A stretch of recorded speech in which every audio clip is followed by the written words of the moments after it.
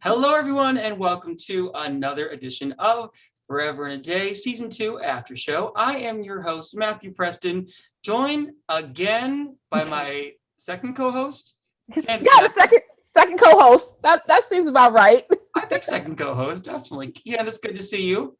Hi, everybody. Nice to see you too, Matthew. Looking good. Oh, well, thank you. Professionally, hairstyles done by Bethsaida at Bethsaida's. There you go. Professionally coiffed, as they like to say. Coiffed. I love that. And we have another professional today. We're going to be talking to Benjamin Bryant. So let's not wait any longer for him. Benjamin Bryant, come on the air. Hi, Benjamin Bryant. Hi, guys. How are you? I'm still amused by so for those who are watching, I am redoing my office right now. So I am playing with backgrounds for the first time, but didn't realize I'd have to download one. So this is something that was on my computer, probably related to Prince or some sort of dungeon of ill repute in Berlin, Germany. I don't know, but here I am. Well, Donovan would be proud of you. Yeah, no, it definitely is giving me like a Hell's Kitchen restaurant / hotel / dungeon vibe. Exactly. And they really like Purple Rain. I'm just saying. Yeah. And honestly, I would be proud of Donovan if he put this much thought into Stephanie's future, above. So what you're saying is instead of those prints of, I'm guessing, butterflies or such, they would be prints of Stephanie's face. Yeah. I mean, certainly I would hope, if not actually fingerprints, because that man is weird. He is so weird. He a little he might go to an artist and say, I'd like you to represent this artistically for me. And the artist would be like, okay, if you give me money. I would just like to say, you just said something about Prince. And I just found out that today, I think this year, is the 35th anniversary of, what is it? Which song Purple is Rain? It? Not Purple Rain. I don't think it's Purple Rain. I think that's going on. I think that's going on actually 37, if I'm not mistaken. I gotta find out, but it just I wouldn't know, because I choose to believe that my advanced age of 44 is younger than that. So I'm at this point now where I think it's forever and a day, but I think we're all at this point where we're just now starting to realize our age, and we're stopping it. Yes. Music though. Pop culture in general, we've talked a lot about, As the World Turns and Guiding Light and the shows that aren't with us anymore. Yeah. But that paved the way. And of course, As the World Turns would have been, 65? Yeah, yesterday? Yeah, yesterday, because yesterday was the anniversary of Edge of Night. Dallas. See, I have a sad fact about me. 2 soaps aired their final episodes on my birthday. Ryan's Hope and One Life to Live. Yeah. Yeah. Oh, so wow. I spent 2 birthdays, mourning. But what I will say, and Eileen, Kristen, and me together. There you go. Look at that. That was literally one of the first things I told her when I met her the first time. Yeah. But Benjamin, first off, I just want to say I love saying your name, because your name you already have such a soap opera name. Exactly. And I met you from the season 1. Remember, we did a little after party or something. Yeah. And I feel as if, because I feel the soap world is such a small world, big world, small world, big place, small world. Yeah. And I was like, how have I never met this guy before? So for the listeners, blind luck. Yeah, right. How are you involved in the soap world? And I want to know, how did you get involved with Forever and a Day? And follow-up question after that, tell us about your character. A lot to discuss. Okay, so I have been a soap fan for probably that same 37 years. So my mom and dad were General Hospital fans when they were stationed. My dad was stationed in Germany. The way I used to watch General Hospital, well, you only got, and this was even true when I lived there when I was older, is the American channel only got whatever shows they had a deal for. So when I was a teenager, it was General Hospital and Guiding Light.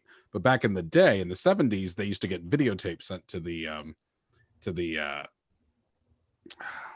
base. Yeah, to the library, and then you could watch them, And so that was all the freezing of the world when General Hospital was at the height of all its powers.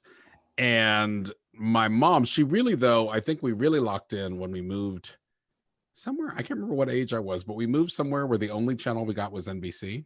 Dad was stationed in a rural place. Maybe it was Fort Polk, Louisiana. And so in New Lano, Louisiana, where we lived, there was just NBC. So that's when we really got into, and it was summer. So it was Days, Another World, and Santa Barbara. And Santa Barbara was just so smart. And I remember, so was Another World. The Procter & Gamble shows were so family oriented. Days was very adventure oriented. And so each of those shows had such a strong identity. And I remember having a lot of fun. It was very hot. We didn't know anybody because we just moved there. My dad's a general in the Army, and at the time, so he was coming up through the ranks at that time. And we were living in this tiny town outside the post. And so it was a lot of great time to spend with my mom and my brother. And then, fun fact, my dad, when he was stationed in Iraq and he was a general, he became the General Hospital General because General Hospital used to come on when he was getting ready every day. And so he would write me, and he had nicknames because he didn't know all the characters. He would have nicknames for them. And he would ask me about, like, what's this person or what's that person or what about the Basset Hound or I thought you were going to say that Hangdog. General Hospital came on his base to film. No, this was in Iraq. This was in Iraq. He's living in one of Saddam's palaces, Wow. and it was on AFN, the military satellite channel, at like 6 or 7 in the morning whenever he got up and got ready. So when he came back to the Pentagon, he would watch it. That would be his time to do his correspondence and do all the signet things he had to sign. And so when he retired, they actually wrote to General Hospital. I don't remember who was the executive producer at the time, and they got like a signed script and several headshots. And it was one of those things where my dad and I got sick very early, so the military was never in my plan. But I come from a military family, but it was something that we all had in common. Yeah. And so when I was sick, I watched soaps a lot during that time because I had to take time off of college. And that was The Secret Room, all of that stuff on Days. Oh, yeah. James Riley stuff. And then that was when VHS started to allow you to tape some, and then DVR eventually allowed you to. And I could always, sorry, Bold and the Beautiful, I could always tape. With DVR, I could get all of them in except for Bold. Like that was the only one. So I never really watched that one. And that was all because CBS does that half-hour thing. Yeah. So at the time with the old DVRs, you could only do you couldn't do too many at one time. Yeah. And so eventually I went back into politics and heavy into fixing and crisis management and traveling all over the world. And that can get really stressful. It's very exciting, but it's very stressful. And as politics got more toxic, my escape would still be soaps. And I started picking up creative things, and I started painting. And after the 2016 election, I was just spent. And I really saw that my Washington was going to change very soon. Because if you live here, you know that every 4 years, down to the restaurants. So like when George W. Bush was elected, there were more Mexican restaurants came in, more Tex-Mex came in, because so many people move out and so many people move in with the new president, even if it's the same party, that it changes the town. And so I knew this was going to be different, and I suspected I wouldn't get hired as much as I was to do investigations and crisis management and the kinds of things I'd done for the Obama administration. And so I saw Anthony Anderson on like YouTube or Kickstarter or something looking for $4,000 to finish a season. And I had just done an investigation of something, and those are the kinds of things where you work a lot, you sleep on the floor of the Pentagon and you work all the time. So you get a lot of overtime. And so I looked at my overtime check, and it just happened to be about what he was looking for at the time.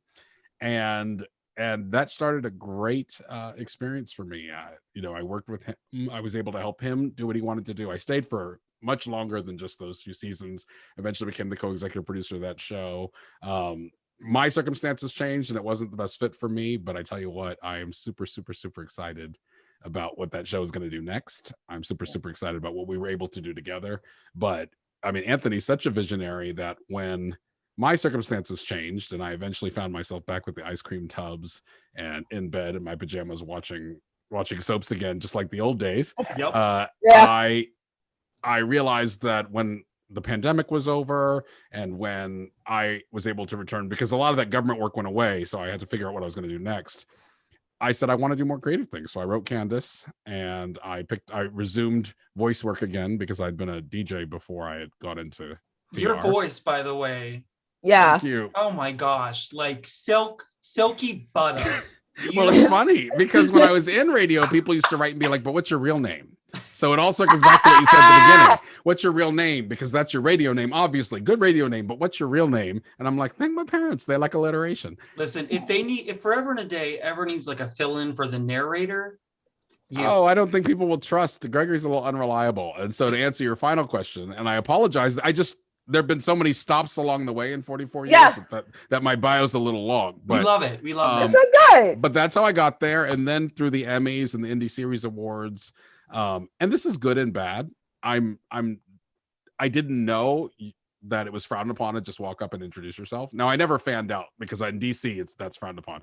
But I walked up and introduced myself to so many people that I made a lot of new friends, and then began to chat with them and talk to them and see them outside of the industry business, and I even have done some collaborations, and they give me a lot of advice on Forever and a Day, where I play Gregory, who is a hotelier. Hotelier. I don't know. I'm only half fancy. And but he's I joke he's misunderstood, but the truth is he's a classic example of someone who's on their recovery journey. So he's gotten as far as fully understanding he's a gambling addict, and that all happened sort of before he arrived in Augustus at the end of season 1. But he doesn't understand that the trust that was broken. He hasn't sort of understood that amends part. So he makes a lot of excuses. He's very much a what happened was kind of person. He is very well-meaning, and where I connect to him, because I got advice, speaking of the soap world, from Carrie Genzel, who was one of the Sky Chandlers, on All My Children. So she was the one in between Robin and Christopher stints, and she played a lot of when Sky did, I think she didn't tell Erica, and Edmund and Maria about their baby. And she was very much making a lot of choices that I think an NYPD car, she said, once stopped her. She thought she was in trouble, and they just wanted her to tell the truth about the darn baby. So, I even had to reach out to her to say, when you're just so frustrated with your character, she's like, you can't be. You have to believe in them. You have to understand why they're doing what they're doing.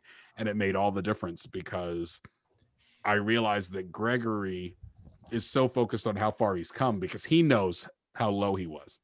He knows where he was. So he sees the journey and how hard it's been to get there. Whereas for everybody else, that's just normal. What did Chris Rock say? You're supposed to finish school. You're supposed to take care of your kids. You're supposed to not go to prison. So for Gregory, he's like, don't I get credit for everything I've done? And folks are like, nope. Then We're going to discuss that too. Right. Yeah. Recaps. We definitely see that. So here at the After Show, we love to play games. Oh. And I've come up with a game I think that's perfect for you and for Gregory, called You Bet on It. Do you win by talking a lot? Wait, what happened? Nothing. I'm sorry. Go ahead.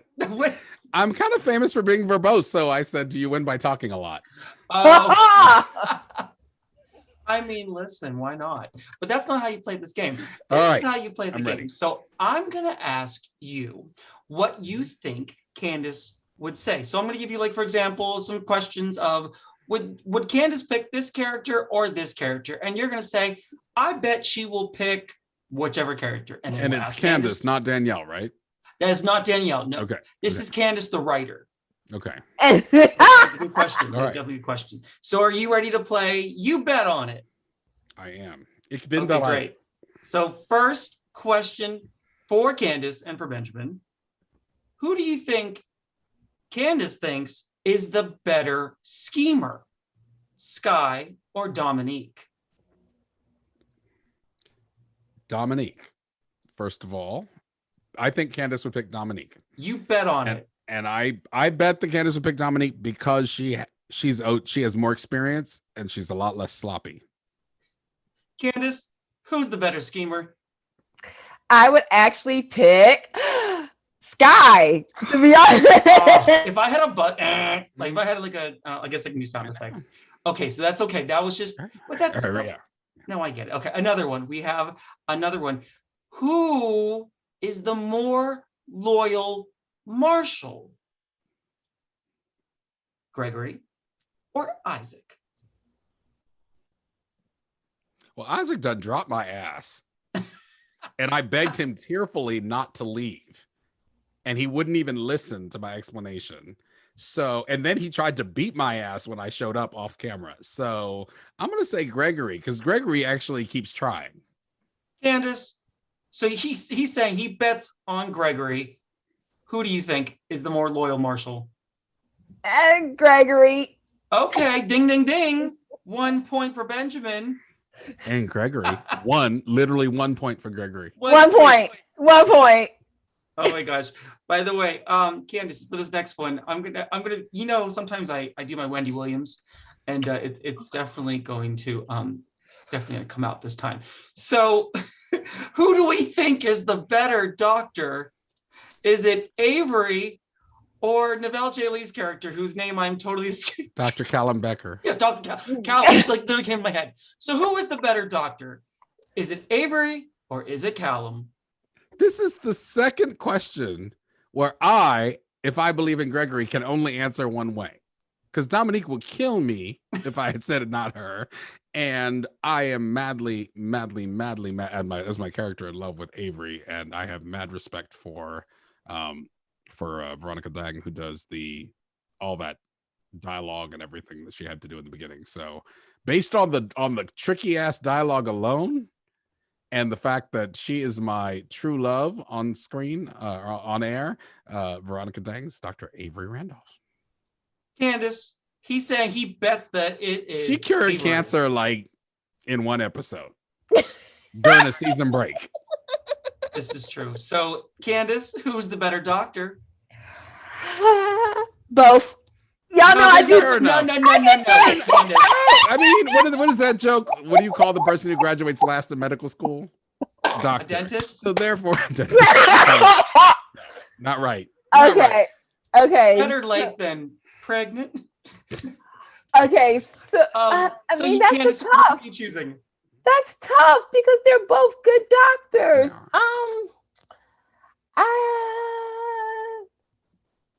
Avery. Ding, ding, ding. There you go. Yeah. 2 points so far. So we have one more, and this is actually one of my favorite ones. Mm-hmm. Who are you going to bet that Candice thinks is the better politician? Or Cooter? Okay, so they're both snakes in their own way. Yes. I will say that. But Jonah's snake tends to come out more, literally. That's true. But we're gonna put that aside for now, please, Jonah. I'm actually gonna say Jonah, and I live in the world of politicians, and I will say this: Jonah's mess is mostly at home, not in his work, whereas Gunner's mess is all over the place. Gunner is ideologically poisoned, and so I think that. Which blends both. So he makes emotional decisions, and his positions, at least as they were presented by the show, were very much in line with his messed up worldview. Whereas I think that Jonah's probably a pretty darn good politician, but he doesn't know how to keep his family and his life straight, which as Gregory, I sympathize. So Candice, who is the better politician? He's betting that it's Jonah. Well, considering that one politician kind of messed with Danielle when she visited the hospital, I'm going to say Jonah because he's really nice and he didn't kick Danielle out of the hospital or anything else like that. So as Danielle, definitely Jonah, definitely. And so, yeah, even though it's Candice, but Danielle decided to come out. And I believe Jonah actually won his first election. Oh, that's true. Like legitimately. That is true. Well, guess what, Benjamin? Thank you for playing. You bet on it. You won with 3 points. Congratulations. Thank you. So, is that the theme song? You're saying the theme song? That was a little dun dun dun. That's a little dun dun dun dun. A little phrases right there almost. Pretty much. We don't have to license for the song, but okay. The things that we do have licenses for are the recaps. We're gonna get right into it. And we have Benjamin to also help us out. So the first plot that we're going to talk about is Caitlin Pam Ewing's herself as it was a dream about kissing Sky. Colin finds Caitlin, but she doesn't want to go back to Augustus. He eventually takes Caitlin in, but she is adamant about being by herself. Let's discuss. I mean, oh, Caitlin, I felt. Listen, Okay. first off, I was a little bit disappointed whenever I heard the dream. I mean, as a fan, I was like, wait, she really kissed her? But then I was like, the whole Pam Ewing soap trope. I was okay with that. You know, Really? I didn't want to contradict anything Candice was going to say, so I wanted to wait. My silence was just waiting for Candice to speak out first as the writer. But I will say that this is probably my favorite in a very close race of the storylines this season that isn't my own. And because there's just so much, there's that mix of relatability. We've all been there, the misunderstandings. There's the soapy goodness of it. And then there's the mom. I mean, Terry adds this other level, especially with the most recent episode. And, Lucretia and Anna have been absolutely doing all that work. And it's really hard if you're Mackenzie to come in and kind of mess with an existing good thing, especially since Caroline Lucretia set that foundation. Oh and my she's gosh. done it by just being, this is YouTube, right? Batshit crazy. Yeah. Because and I can tell, I know how you guys write, obviously, and you write some great singers already, and then she brings in smears this layer of extra crazy on top. Oh yeah. Unique line readings. And when she was in, I mean, sometimes cat fights, let's put it this way. So I'm a child of the 80s and 80s TV, so I know I know from cat fights. Sometimes they come out of the blue for no reason, which is why people often hate cat fights, because it's like, why do we have women fighting? Anyone would have punched Sky. Anybody would have come for her after the level of crazy. And in front of your mom. Can we talk about this? So basically what Benjamin's talking about. So Lakin, she knocked on Sky's door to find her girlfriend. Lakin calls out Sky, and Lenore, she wanted answers. Lakin finds out that Sky was the blackmailer, and just what happened, she slapped her. Sky admits to everything because of her disgust with the Bennetts and the Harpers, and it was all for Caitlin. Lenore is appalled by her daughter's vengeful actions. Lenore breaks up a catfight between Lakin and Sky. Lakin threatens to go to the police. Lenore begs her not to because she doesn't want to lose her daughter like she did her husband. But Lakin doesn't back down. And again, Benjamin, I loved this catfight. You're right. Yeah. I was like, get it? About it. Yes. And Terry's been holding out on us. Yeah. I'm telling you. Oh, Lenore. Because when she says, please don't call the police, and if you haven't listened to this episode, you got to do it. Yeah. We give spoilers here. Yeah. Well, I mean, it's already aired, Yeah. but Yeah, it's a couple aired. days old at this point. But it's a couple days old at this point. But if you haven't, I mean, I would definitely go back and find that, because she's been sort of the friendly neighborhood Tasty Bean proprietor this entire time. But the depth with which she delivers that one line, and when she says, I need you to see things my way. First of all, that's a really credit to you, Candice and Casey, in the sense that you, this is something I think Ron Carlivati does well over Days of Our Lives and at General Hospital, which is you'll rotate people to give them each a chance to shine.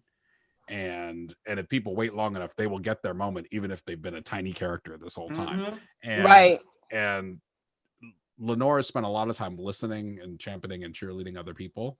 And that moment, you really heard her pain. And I will not spoil for those who haven't heard it what actually happens, but I will say that I felt the dilemma there, because she's really batshit crazy, but good Lord, Lenore's been the town mom for years. Candice, who came up with the catfight? Was it you or Casey, or was it collective? Collective. I love it. Because you got to think that that's something with Lakeland. She feels as though Sky obviously is the major threat, and Sky is just like, you know what, this is my prize. I feel as though my prize should be with me. And Lakeland and Sky, obviously they don't see eye to eye together. So yeah, you're going to create that dramatic moment where it's like, okay, I'm going to take back what's mine. And the thing is that Caitlin's not really, she's in this sense being talked about as a property, but not as a person. And with Lenore, look, we all have those parents who will, from afar, you think doesn't know what's going on with their child until something like this happens, where it's like, time out. I have to say something, or else you're going to turn out the way that somebody else I know, in this case, her husband, turned out to be. And this is just so much juicy backstory that I cannot wait to get into. Mm-hmm. But Candice, we got to move on with these recaps. So what happens next? So another slap. Yeah, there was a lot of slaps. A lot of slaps. This was a packed episode, this last one. It was. So we have Elaine who slaps Guna for Caitlin's disappearance. Gunner, for those who don't know, Guna is Gunner, tells her that his values means more to him. Really? Elaine defends Caitlin's love for Lagan and says politics, comes first. They may come first for you, but guess what? It doesn't come first for me and this family. So alone with her thoughts, Elaine and wine and the frustration, and next thing you know, there's broken glass everywhere on the floor for the maid to clean up. She went straight for the bottle, literally. She was like, I don't need this glass, I want this bottle. But I have to say that you better submit the scene into the Daytime Emmy Awards whenever they do something virtual, because this was amazing. It was fantastic. It was everything. And these two were such powerhouse, especially just because this relationship is so, it's already crumbling. It's always been crumbling. And I just love seeing these powerhouses really go at it. And they brought everything. It's kind of a reality. It's a sad reality that there's always one parent who's against your child's dreams or relationships or anything. And the fact that Gunnar has said the politics of it all means more to him than his own daughter, that's hard to hear. Oh yeah. Oh, go ahead, Ben. I think that was the most offensive because I'm inclined. So I grew up at the age I am. I think I'm a little bit older than both of you, right? I think it doesn't matter. So I grew up at a time where I watched, for example, society's ideas about being gay change entirely. I mean, I was born pre-AIDS crisis, pre all those things. So I watched there be a lot of fear, then the rise of a lot of sort of artificial opposition, on moral grounds. And then I watched the evolution and the normalization. And I always say that, and I worked on, I don't know if you know this, I worked on the Don't Ask, Don't Tell repeal for the Obama administration. And so did a lot of actual research on this thing. And one of the things I have a lot of sympathy for, and a lot of people don't understand, is when people need time to evolve on something and an issue, or when people react out of fear. There are a lot of people, especially if you grew up, if you're a little bit older than me, so your frame of reference is a time where your kid's going to be ostracized, or your kid's going to be made fun of, or maybe you're scared they're going to get that mystery disease or whatever. I can work with that. The thing about Gunner is that homie's like, bad politics might make me look bad. You already lost everything. Yeah. Right? As someone who rebuilt their life during this pandemic, because where I worked went away, and so my income went away, and I was able to rebuild as a creative during this time and recharge. And I think a lot of the whole world's going through this, and that's the context with which we're listening to the show right now, right? And this is a guy who already lost his big prize, and instead of saying, how can I recalibrate? How can I rethink? And he's got a wife who was put up with his janky ass this whole time. She clearly is still there, when I think she might, in the back of her, might have eyes for someone else. So we'll see. We've been calling that since day one. We have been saying that. I'm just like, give me a reason to be able to say to my brother, you're not so perfect. But right. But I definitely, that to me, that really, I got why, and Lucretia did such a good job playing this too. And I got why everybody's having such strong emotional reactions right now, because it's one thing when your parent is like, I love you. We saw that, a lot of people had a lot of issues with The Prom, but I liked in The Prom where Tracy Ullman's character says to James Corden's character, we just didn't know how to react at the time. We didn't know what to do. And then it was too irretrievably broken by the time we figured it out, and your father is still not there. That's different than this guy who's like, I've done the math and I'm not even going to start to put in the work at this time because I think it would benefit me. So I think that was real, Candice, but it was really hard, I think, for a lot of people to hear. Yeah. And therefore you understand why Caitlin, who was in a very different place than Lake and or Sky, why she's retreating into herself. And I'm gonna say this is that, last week, we had Brett Lawrence on, and Brett and Gunnar are two different people. Oh yeah. They completely are two different people. So when we, first we discussed this, because again, if you're an actor, you sign up, there's some things that you're going to have to do that's going to be uncomfortable, and even uncomfortable for the audience, because the audience, especially soap fans, you sometimes confuse the actor with the character. Kimberlyn Brown, Sheila Carter, right? I mean, that's pretty much like it. It's just those scenes to me, even when, coming up with it, talking to Casey and talking to everybody, we was like, do we do what some soaps do? And no offense, but sometimes they don't go all the way. And sometimes you're going to have to push that wall where it is that uncomfortable situation. And with Gunnar, he's right now. I mean, sadly, there's parents out there, there's people out there who are Gunners, so it's interesting. And yeah, Caitlin, that's been a struggle since. Yeah, no, it definitely has. And I think that what's interesting, the dynamic, whereas for Laken and the Harpers, the Bennetts, oh my God, the Bennetts, Laken and the Bennetts, sounds like a band name. Laken and the Bennetts, it's they already accepted her. They're like, okay, yeah, that's great. I thought that they would have had more of an opposition, to who she was dating, which is a Harper, which is the enemy's daughter. Well, they kind of been busy too. Yeah, they have, but stay tuned, because that question may be answered. Oh, really?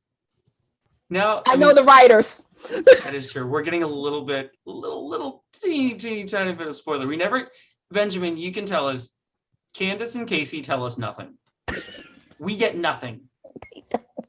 My mom. So for those who listen to the show, that I was in the cast from day one, but I wasn't introduced until the last 2 episodes of the first season. So you would hear, Benjamin Bryant is Gregory Marshall, for something like 20 episodes, until I finally show up in the last 5 minutes of the second to last one and say, hello, brother. So I kept telling people, it's going to be think like Joan Collins in Dynasty. She showed up at the very end, but then it kicked off the next season. And that was strictly on faith, because all I knew was Candice and Casey said, be patient, you're going to come in, and it's season 2 when it's all going to pop off. But so I was just glad that I wasn't a John Forsyth, that I wasn't a character whose secret would turn out to be like pedophilia or some terrible thing, after I've gotten my parents all hyped. So I know that there have been actors who either the character wasn't working, or, change in management, or they had to go very suddenly, and so they suddenly write them, they're revealed to be drug addicts, or they're revealed to have deep, dark, terrible demons. And I just had to trust that whatever Candice and Casey had in mind would be okay, and I wouldn't have to apologize to my mom. I'm sure your mother is very proud of you. Exactly. I was like, Mom, it's gambling. It's gambling. It's gambling. It's a gambling addiction. It's a gambling addiction. Don't worry, Mother. I got this. Oh my gosh. So what's next, Candice? Oh man, there's so much. Okay, so then we have, of course, Jonah, Miranda. They're worried about Laken finding Caitlin. And Miranda discovers Donovan is Stephanie's ex. By the way, I always love whenever Miranda calls, she's like, that slut, that tramp. she punches those insults, and that's what I love about it. Such drama. She has a lot of anger. She does. I wonder who caused that. Probably somebody from like her family, like her other her mother or her father is my guess. Maybe the husband, ex-husband. Oh, the husband? Yeah, maybe. No, maybe. Yeah. He might have had a little something. So, am I wrong? But because I root for them a little bit still. Oh, like I actually feel like of all the families, like I want Elaine to go ride the Isaac train as much as everybody else does Choo choo. when the time comes. But I actually I really believe that for all of his faults, Jonah loves Miranda. And I feel like they have a good family, but they've set bad examples for their kids. Their priorities have been in different places. And this is, while he definitely was wrong, and I'm not remotely trying to excuse that he was the one who acted on it. There was something broken, and instead of fixing it, but I don't get the sense that she was recognizing and fixing it either. So that's not a fault thing, because what Jonah did was wrong, and he deserves everything he's getting right now. The shame and everything. I feel like if they could get past that anger, they would not be the first couple on soaps to reunite. And I feel like that family is strong, and now they're facing. It's kind of nice with what's going on with Laken is reminding them that there are things that are more important than whether they're married right now or not, or whether she's living with somebody else. By the way, Candice, I do want to admit something. As a fan, okay, I kind of wish that Miranda, just because I think a really cruel punishment to Jonah would have been if Miranda didn't survive. Oh yeah. Oh sorry, yeah. Renee. Sorry, Renee. Sorry, Renee. No. I don't know. Like, Renee's amazing. I love just Renee. joking. I just think soap opera wise, I just think that Jonah, if he really truly loved her, you would have saw it if she would have passed. But she didn't. And guess what? I mean, now you get to see how he's trying to make it up to her. Well, what I get to see is why Laken frequently thinks of Caitlin, and why Alex frequently discusses Leslie as a possession. Yeah. Because that's what I see when I hear the way Jonah talks about Miranda. Yep. And the way he pitches to his children. It's the family is a thing that he possesses. The unit is a thing. The marriage is a thing. Miranda is a thing. The staff are things. I love how he's always like, I had the staff set up. If he can sort that out. Get over yourself, bro. Come on now. But if he could sort that out, because what I love, and this is what Candice, again, props to you and Casey, where you can tell a character is fully realized when they aren't just a certain way because the plot requires them to be a certain way. True. Their children reflect what it would be like growing up with parents. One who's very career-minded and very status-oriented, and one who is involved in politics and sees things as possessions and as badges and as trophies. And so I really do think that, Kate, I mean, we all love Laken. She's cute. She runs a club. She does all these things. But Sky wasn't wrong, and Caitlin weren't wrong. But if what you grew up with was distrust, and what you grew up with was that not everything, things had to not only be good, they had to look good. Yeah. And Alex, he's a hot mess, but okay. Oh my God. He totally is. With a pretty voice, though. Yeah, Tyler David is awesome. Like, I always say this, everybody in this cast seriously brings their A game. They're goofy, but they bring their A game to when we record the show. And it's just, I always say this, it's an honor and a privilege that me, Casey, Tom, and Emmy, we write these words, and on paper we're like, okay, but when you guys act them out, it's like, wait, what was happening here? And I want to say something real quick, because I always say, how in soaps there's the sin of the father, whatever the fathers do, but I also now say it's the sin of the parents, because it's on both fronts. But yeah, you do look at Laken, who I feel as though with her, Caitlin, Sky, Alex, Leslie, even Colin, is that they don't know really how to take their relationships because of what the parents have done. To me, Miranda, this is just me as a fan and not the writer, but if I was Miranda, I was all team Miranda when she was like, you embarrassed me. And I think that's the thing, is that where's, Jonah all of a sudden loves and cares for Miranda. Where was all of this when Stephanie was on her knees in the desk? That was my brother, but okay. Also, Stephanie was rolling around in Miranda's bed. Well, that's in Miranda's actual bed. Okay, that's true. But I mean, the thing is that all of a sudden Jonah's like, "Oh yeah, ding dong, hello." Like I'm with her, and just because she passed out, now all of a sudden it's like, okay, I gotta be nice. But but I believe it, and that is partly writing and partly Matthew. Yeah. In the sense that you believe it because it's so true. I mean, all of us have to whatever. We have those moments where we don't realize something till it's almost gone.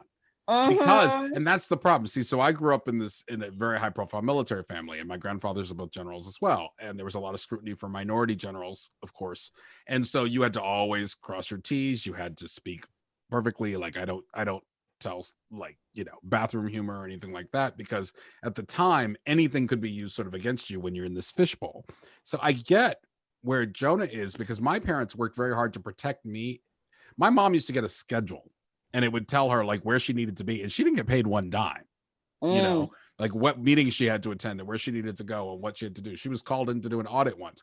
And I get that Miranda, who also had her own career, and Jonah. So to a certain extent, your family becomes your job, how you look and how you do those things. And you stop appreciating, you stop seeing the person.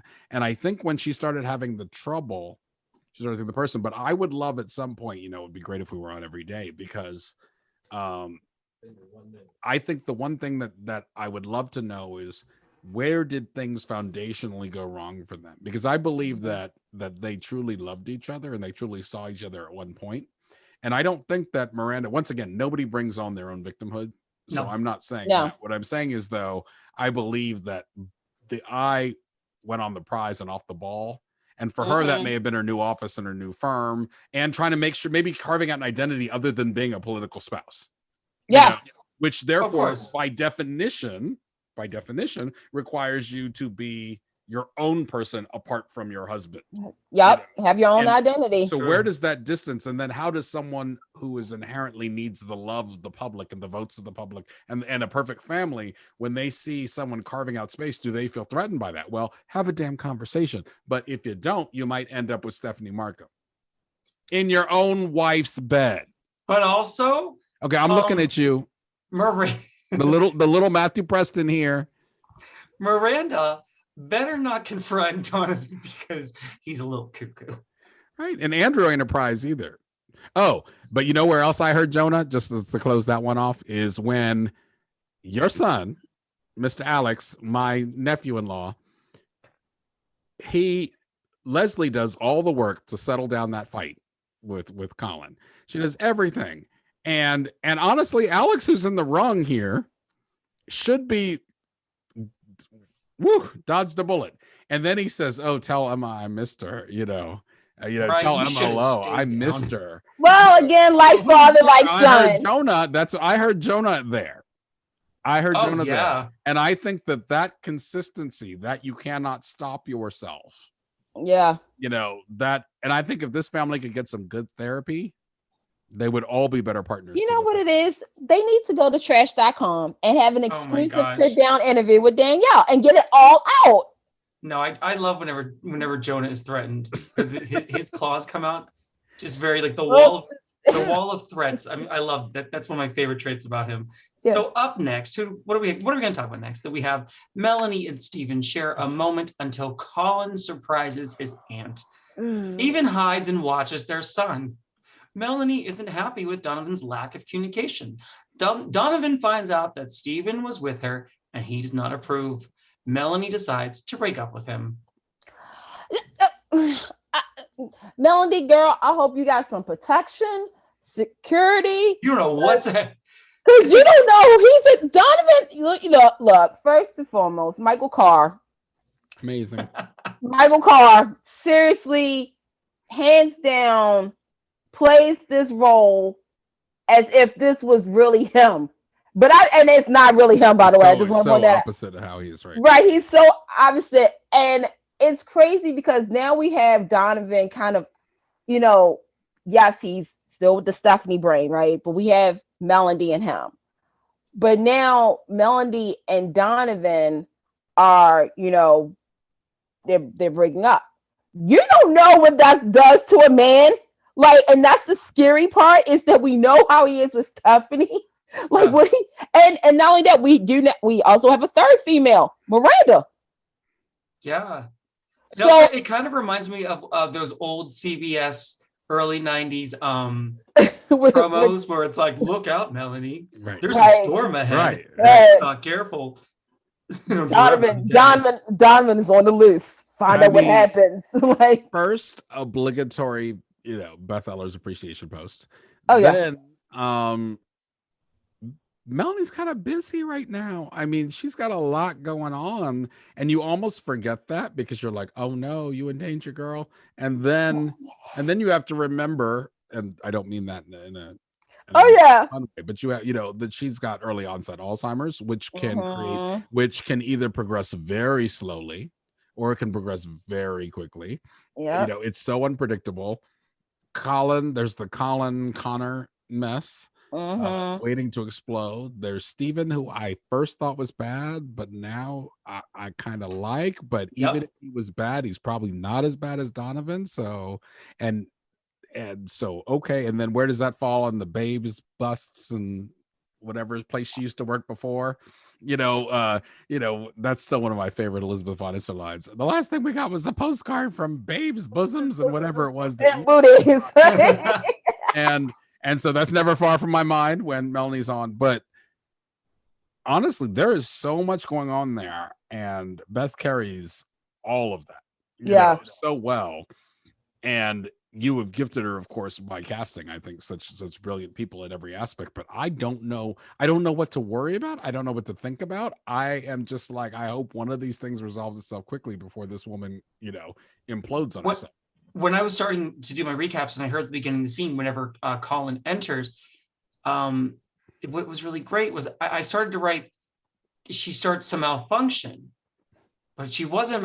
Was she malfunctioning because of what's going on, or the early Alzheimer's, or was she just trying to cover up that Stephen was there, or was it both? So I thought that was very interesting. My girl's busy. Yeah, she has a lot on her plate because I think, like you said, everything is sort of, it's like the final countdown in the sense of like the onset Alzheimer's. Yeah, there's, people who it comes really quick. Like you blink and it happens. Some does take it. So in that time, you got Steven, you got the Donovan, you got her rebuild relationship with her sister. You have the whole Colin situation. You have who knows what else, but it's like the window is closing. So before it shuts all the way, whatever needs to be addressed like now. But it's also, she's worried. Yeah. Because, once the secret comes out, it's going to change everything. And everyone. Oh, I thought we were going to say it at the same time. It's a delay. But guess what? Guess who comes back to town? Well, no, I don't know if she's wait, maybe you can help me out with this one. Felicia's back on the canvas and she leaves a desperate message to an unknown caller. She's out of town, right? Or she's in Augustus. Where is Felicia? Can you say? She's nearby. Okay, she's nearby. She's nearby. She's at hand. Like Allstate. By the way, I mean, the iconic Miss Allen, the way she was playing it, it was like a song, as if she was about to sing. I was just like, this is so melodic. Oh, beautiful. I still, there's times where I have to literally call some people up and say, wait, is Janelle Allen on Forever and a Day? And imagine this. By the way, you haven't said to her, you haven't done the whole, I will have your father. I have already had your father. No, I'm kidding. I'm going to just say this. There's like I said, no other streetwise tramp is going to tell. I'm going to tell you a funny story real quick. So, and hopefully we can get Janelle on here too. Yes. Maybe we can redo the whole Yeah, we're sequence. gonna do the whole scene right there because I'll do it. You know, I'm down. Can I say I'll They're mine? like, do it. we're going to randomly reach into this thing and randomly pick a random scene Random from your scene, past No, that we that's yes. gonna be the randomly next will game. do. That's gonna be the next That's game. gonna be next Like we said, game. we like to play games. Oh, look, there's And for only this game, one you're gonna scene. watch us reenact the Generations cat fight. You need to have Michelle Valjean at the same time. Have Oh her my at the gosh! same time. Look, don't get me She and started. on Janelle that. could just like text each other. Can you believe these fools? That's okay. Oh my though. gosh. That's okay. I mean, but it's just crazy because again, It's happening. you talk I about believe it. not I believe yeah. it. You guys talk about yourselves. Like like I'm a teacher. I'm a proud parent with you guys, and I watch you guys grow. But when we have like Beth Ellis, Frank DeCopolis, we had John Driscoll on season 1. We have Janelle Allen. Like seriously, people, you have no idea. Like when Janelle agreed, and I don't even think I told everybody the story. When I asked her, and she said yes, I'm like, I was like, okay, breathe, Candice, breathe. And so when she did the podcast, when we was doing the recording and everything, I'm sitting video off, and this, I don't think anybody knew this. I cried, and it's not a lot to get me to cry, but this was a moment because I know the legacy that this woman has. I mean, she's been on the Love Boat. She's been on Broadway. She's done movies. She's Dr. Quinn, Medicine Woman, which now I found out which network it comes on, and I'm going to start watching it again. And now, like, Generations, and now Forever and a Day. Day. Yeah. Like, but also, you have to watch the previous after show that we did, because I gave a prediction of who I think the unknown caller is. I'm not going to say it here, but just I don't know the mark of where it is. It's in like the 40-minute mark, probably. Just listen to the episode on JLJ Media and all streaming services, and try to figure out who is she calling? Who is she trying to? Maybe it's, who it could be. It could be Jonah. It could be. It definitely could be. It could be Gregory. We got more to talk about. Just like how Isaac comforts Stephanie with Detective Lockhart, but these two can't seem to help her in her eyes. But Stephanie is sure that she is protected by her gun. Stephanie has dinner with Dominique that turns into almost an extended job interview. Stephanie talks about her affair with Isaac. Dominique toasts to a legacy of strong women running opulence. Mm-hmm. Stephanie recalls the past trauma when Donovan returns at the bar, just like how they met in their past. Donovan tries to apologize, but Stephanie throws a martini in his face. She tries leaving until Donovan stops her again. This time, she pulls out her gun. Annie, get your gun, and she did. Stephanie's got a gun. It was, I mean, we knew this was coming, not just as soap fans, but also because she literally pulled out a gun a few episodes ago and said, at some point, I'm going to use this in this way when he comes up on me. And it was still shocking because you sort of, I love how literally like Chekhov's gun, it's there and then you forget about it. And you guys allowed us just enough time to forget about it. And he's just so unpredictable too, though. There are some bitches who are so crazy you could put a gun in their face and they will laugh, and that's what I'm concerned about.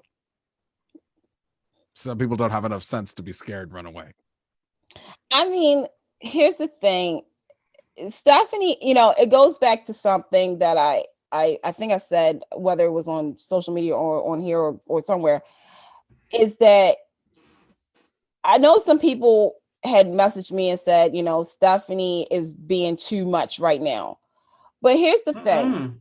She went to the police. She did do the right thing. She went to the police.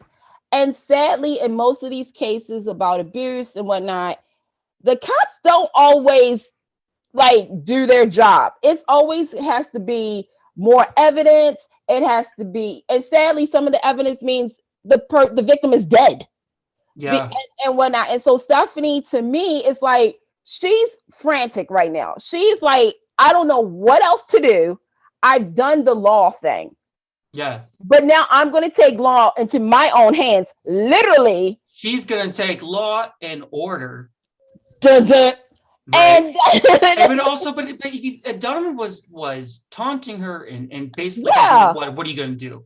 Oh, I would love. I feel like he's finding any which way to get to her, and if he gets, I mean, like in a sick way, maybe his blue will shoot him to the sky, and you know what I mean? Like he's sick like that. Oh my God. Moving Yeah. on. Hey, why don't you talk about your character? What's going on with her? So, the Saint of Augustus, Danielle. Excuse me? Excuse me? She is the saint. Okay, compare her to Jonah and Gregory. Who is the saint? Thank you. Thank you. Thank you. What happens with this saint? Anyway, Danielle and JJ's mother gives a family heirloom, which is a necklace. It's a really expensive necklace. It's probably Elizabeth Taylor's white diamonds. I'm not too sure. But the necklace means so much because it also was a gift from the father to the mom. And as we know, dad, passed away and stuff. So she really feels as though this is hers, this is her necklace, and she's really happy. But Benjamin, are you thinking what I'm thinking about this necklace? Is that it's the new lockbox of season 2? Oh yeah, but it's definitely. We were talking about Chekhov's gun. It feels like Chekhov's necklace too. Here, it feels like you don't give somebody a necklace unless it's gonna matter. It does matter. It's from her. Well, I don't mean just to Danielle. No, what I mean, JJ probably wanted it too, but Okay.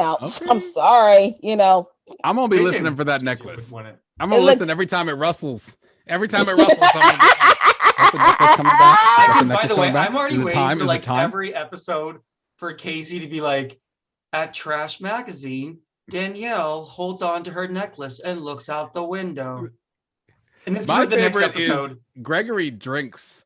He doesn't drink a lot, but what he drinks is very specific. Yeah, it's a martini or rum or rock. So it's like scotch this last time. So Gregory looks out the window holding his scotch. Scotch. And so yeah, that necklace. And I was like, is the scotch going to turn out to be my son? Oh my gosh. Well, guess what? We do have to Oh, talk sorry, about no Gregory. spoilers, no spoilers.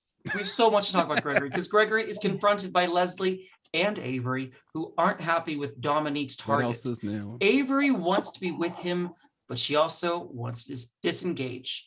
Leslie wants to buy out his half of the hotel with Avery's help within 24 hours. Dominique hands her. Sorry, it's not Dominique. Again, my notes. I'm Wendy Williams, I swear. Gregory hands an envelope with money, but it's not enough to make her go away. Well, okay. All right. First of all, Gregory is trying. Yes. And I do think there's a cardinal sin here, and everybody who follows me on Twitter knows it, that Leslie got up in my business in the first place. So for those who don't know, Leslie spilled her beverage and therefore needed napkins to clean up her beverage and her spilled beverage and went searching in my desk, which is fine. We're family. I wouldn't go in her purse, but different standards. She was raised differently. And she decides to come over to my desk. She finds the napkins and is able to clean up her mess. And then she sees something wrong with the carpet. So this was a few episodes ago. She looks in there and finds that I have stored money there. She's concerned that I'm gambling again. I get that. Mm-hmm. I get that. Right. A, I've never seen that money again. B, she goes around and then goes and finds my girlfriend and says, do you think he's gambling in these things? Again, I get all of that. But I just feel like, and she's a brat. This is me as Gregory, not me as Ben Bryant, the listener, but me as Gregory. I just feel like there could have been a conversation sooner, because I do agree that everyone in his life is correct. The way they found out, it's like, bad news doesn't age well. So the way they found out that he owed Dominique this money was by their lives being threatened. Because she has a pimp tactic. And here's something for the viewers, the listeners.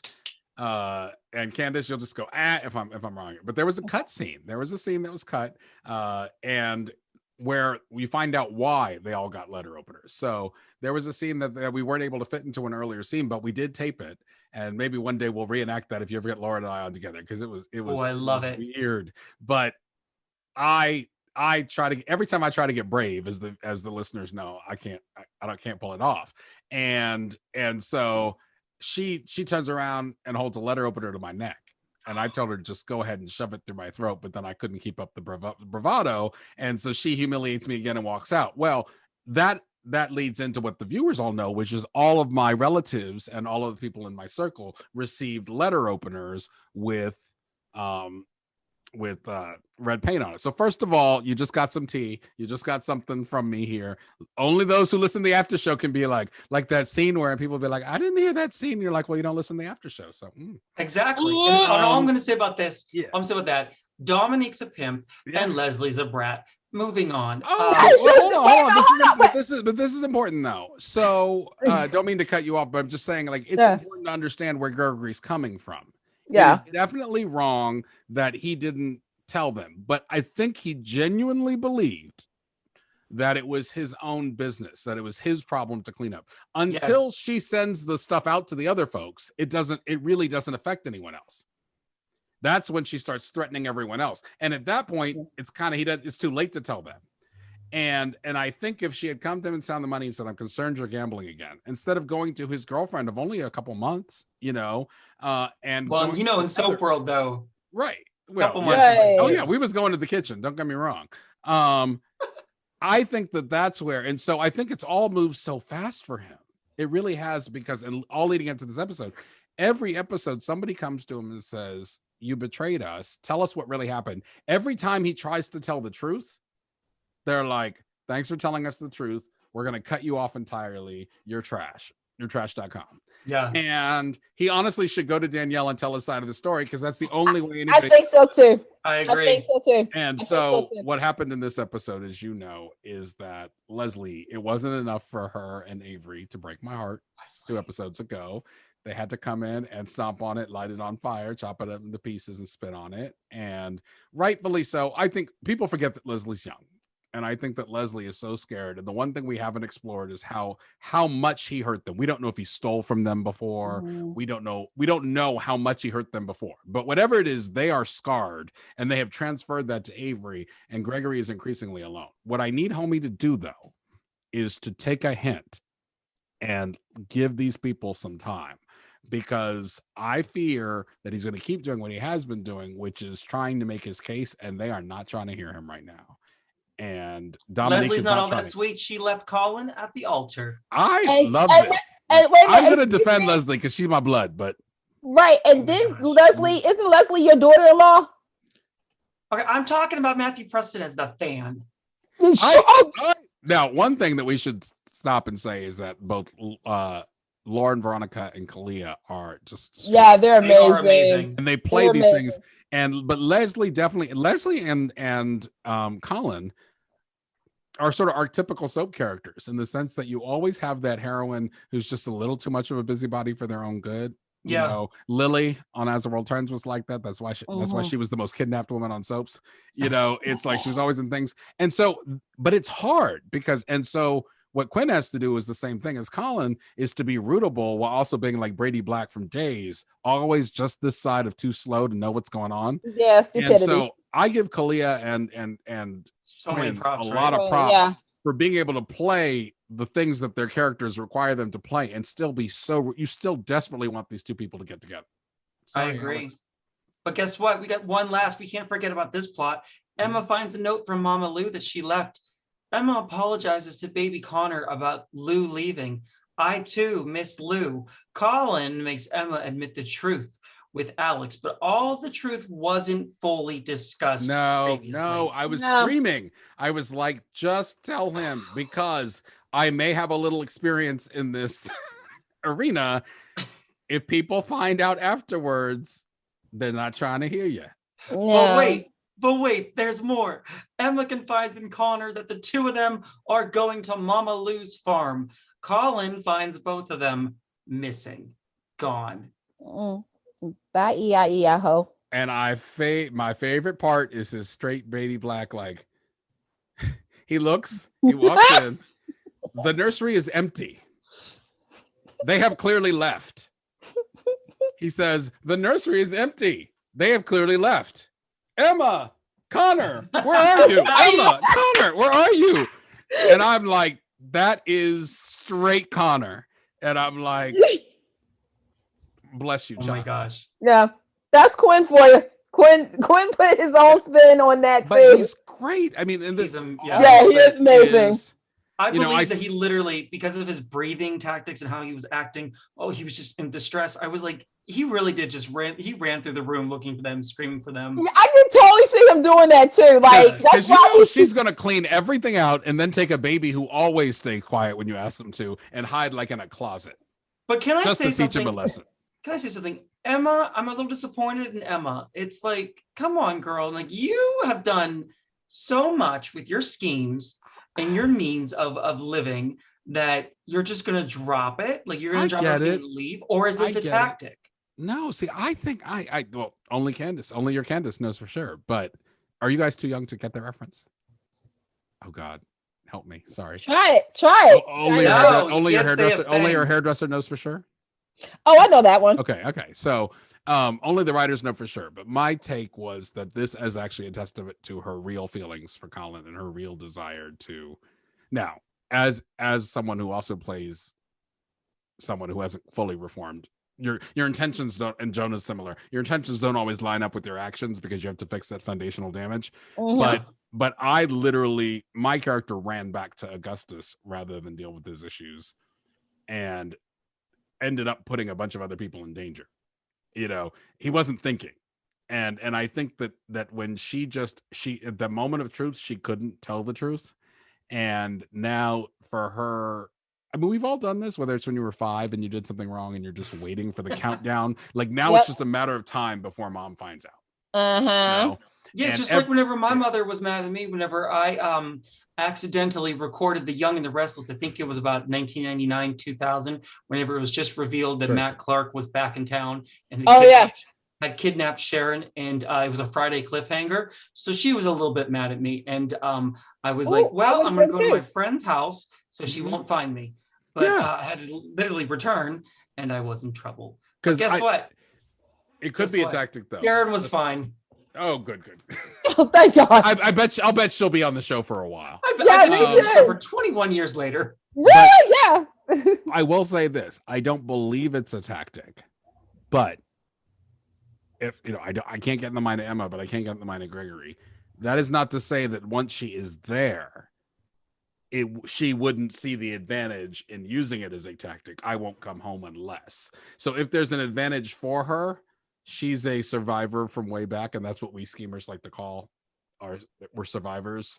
You know, we're scrappy. I love it. And so I think she knows how to work something to her advantage. So I think the decision to run was emotional.